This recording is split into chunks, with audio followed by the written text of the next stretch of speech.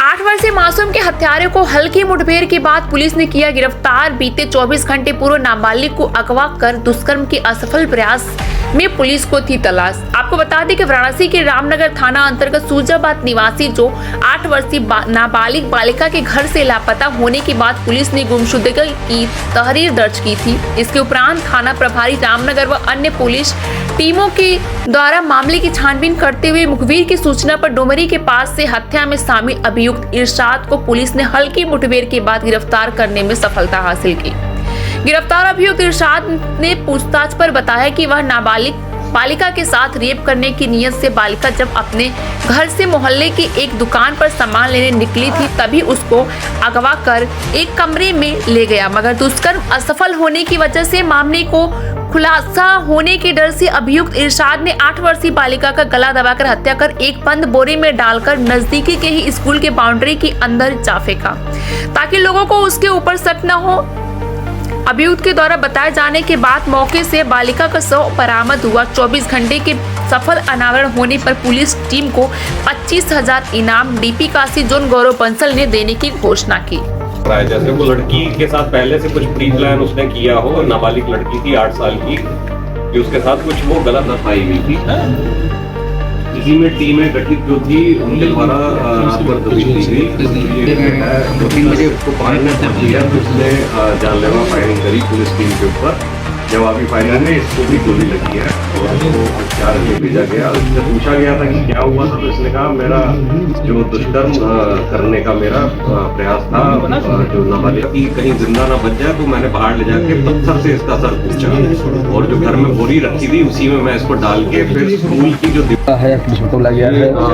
कल दिनांक 25 दिसंबर को सुबह 10:30 बजे सूचना मिली थी कि ये सूजाबाद चौकी क्षेत्र अंतर्गत एक प्राथमिकी विद्यालय है जिसके अंदर एक बोरे के अंदर नाबालिग बच्ची की लाश मिली है।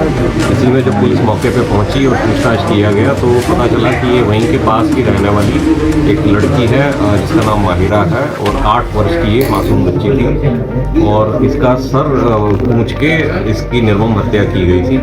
और इसके पिताजी से जब पूछा गया तो पिताजी ने बताया कि ये लगभग 7 बजे घर से गई थी मच्छर मारने वाली अगरबत्ती खरीदने के लिए और उसके बाद ये वापस नहीं आई। तुरंत इसमें टीमें गठित की गई और सभी सीसीटीवी कैमरे जो है वहाँ पे लगे हुए उनको खंगाला गया। उसमें देखा गया कि ये लगभग 7:15 के करीब बच्ची जो है वो घर से जाती हुई दिखी दुकान की तरफ और 7:30 बजे करीब जब ये लौट रही है तो एक संदिग्ध व्यक्ति था जिसका बाद में नाम इरशाद तस्दीक हुआ।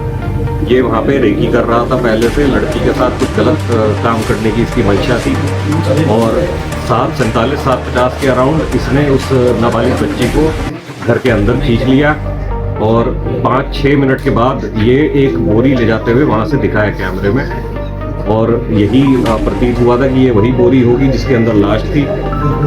टीमें गठित कर इसकी जब छानबीन की गई तो इरशाद की जो लोकेशन है वो यहीं सूजाबाद के पास ही डुमरी है, वहाँ पे इसके गंगा घाट किनारे लोकेशन मिली थी। टीमों ने जब दबिश दी तो इसने पुलिस टीम पर फायरिंग कर दी थी और जवाबी फायरिंग में इसको भी गोली लगी।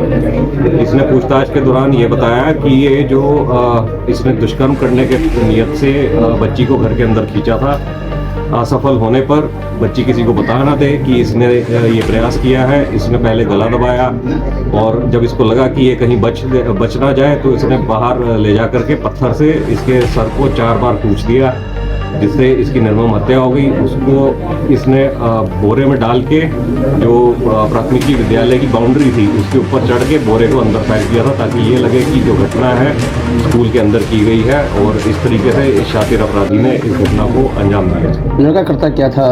लड़का जो है ये वैसे कभी कभी टोटो चलाता था लेकिन ज़्यादातर ये अनएम्प्लॉयड था, कोई बेरोजगार था, ये ज़्यादा कुछ कर नहीं रहा था। कुछ पढ़ाई लिखाई इसका कुछ आपराधिक इतिहास अभी इसका कोई सामने नहीं आया है।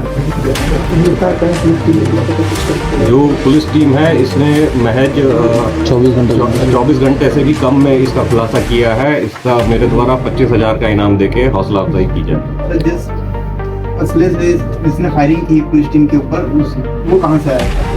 ये पता लगाया जा रहा है इसके कब्जे में कहाँ से आया था, क्योंकि ये आपराधिक प्रवृत्ति का था। ये कहीं ना कहीं किसी संगति से इसने ये प्राप्त किया होगा।